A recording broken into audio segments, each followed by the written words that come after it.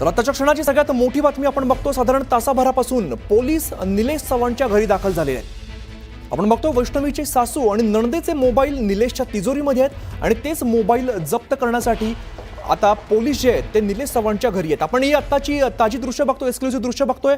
निलेश चव्हाणला गाडीत बसवलं जात आहे। निलेश चव्हाणच्या घरातले जे मोबाईल आहेत जे तिजोरीमध्ये ठेवण्यात आले होते ते दोन्ही मोबाईल पोलिसांनी हस्तगत केलेले आहेत।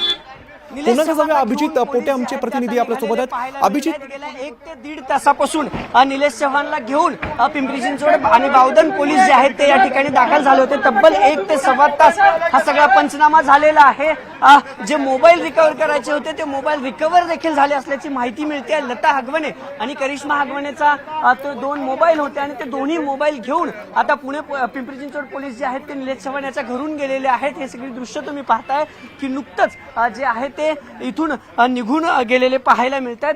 याच घराच्या 4थ्या मजल्यावरती निलेश चव्हाणचं फ्लॅट आहे आणि हे सगळे जे आहेत ते आपण पाहतोय की पंच होते आणि आपण आता पाहतोय की हे सगळे रिकव्हर केलेलं जी बॅग आहे ती बॅग घेऊन हे पंच सुद्धा निघालेले आहेत। गेल्या 1 तासापासून सगळे जे आहेत ते पोलीस असतील किंवा अधिकारी असतील, कर्मचारी असतील। सर नेमकं काय आहे सगळ्या बॅग मध्ये, नेमकं काय सर बॅग मध्ये काय सापडलं, काय सापडलं आहे का सर? बॅग मध्ये काय सापडलं सर? बॅग मध्ये ही बॅग आपण पाहताय की या बॅग मध्ये जे गॅजेट्स आहेत, जे मोबाईल आहेत ते जप्त करण्यात आलेले आहेत। काही वस्तू आहेत निलेश चव्हाणच्या घरून घेतलेल्या।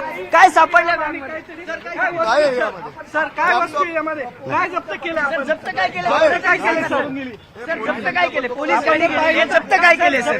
जप्त काय केले सर? जप्त काय केले नेमकं? सापडलं आहे का सर? काय सापडलं सर? जप्त काय केले नेमकं? जप्त काय केले सर? सर काय जप्त काय केले? आपण पाहतो की पिंपरी चिंचवड पोलिसांसोबत जे पंच आले होते ते पंच जे जप्त केलेलं सामान आहे, जे गॅजेट्स आहेत ते घेऊन निघालेले आहेत। खरं तर गेल्या 1 तासापासून पिंपरी चिंचवड पोलिसांची जी टीम होती ते या निलेश चव्हाणच्या फ्लॅटमध्ये होती। पंचनामा जो आहे तो सुरू होता, तो पंचनामा संपलेला आहे आणि त्या पंचनामाचे जे साहित्य आहे ते सगळं घेऊन आता पिंपरी चिंचवड पोलीस आरोपीला घेऊन देखील निघालेले पाहायला मिळतात। नेमकं काय या जप्तीमध्ये घेण्यात आले? 2 मोबाईलच्या ऐवजी कुठला ऐवज निलेश चव्हाणचा जो महत्वाचा आहे तो ऐवज कुठला सापडलेला आहे हे सगळं पाहणं महत्वाचं ठरणार आहे। कारण सगळे महत्वाचे पुरावे या 2 मोबाईलमध्ये असल्याचा दावा पोलिसांनी केला होता।